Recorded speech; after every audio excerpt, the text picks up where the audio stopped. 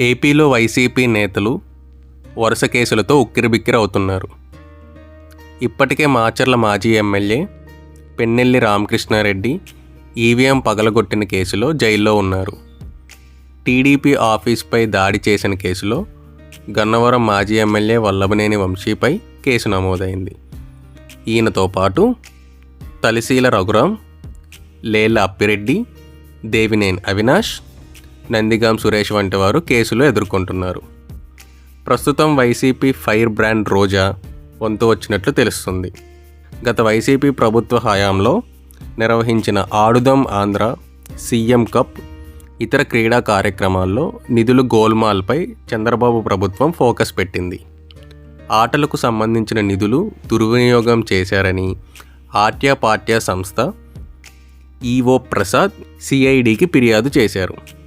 అప్పటి క్రీడల శాఖ మంత్రి ఆర్కే రోజా, ఏపీ ఒలింపిక్ అసోసియేషన్ అప్పటి అధ్యక్షుడు మాజీ మంత్రి ధర్మాన కృష్ణదాస్పై చర్యలు తీసుకోవాలని ఫిర్యాదు చేశారు. ఫిర్యాదుపై తదుపరి చర్యలు తీసుకోవాలని విజయవాడ నగర పోలీస్ కమిషనర్ను ఆదేశించారు. ఇదే జరిగితే రోజా, కృష్ణదాసులు విచారణకు సిద్ధమవ్వాల్సి ఉంటుంది.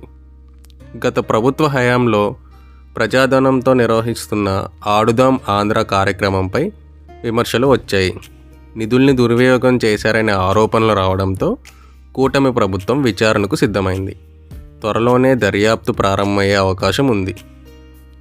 మరి తనపై వస్తున్న అవినీతి ఆరోపణలపై మాజీ మంత్రి రోజా ఎలా స్పందిస్తారో చూడాల్సి ఉంటుంది. ఈ సమాచారం కనుక మీకు నచ్చినట్లయితే మన సమాచార్ యూట్యూబ్ ఛానల్ని సబ్స్క్రైబ్ చేసుకోండి. Thanks for watching.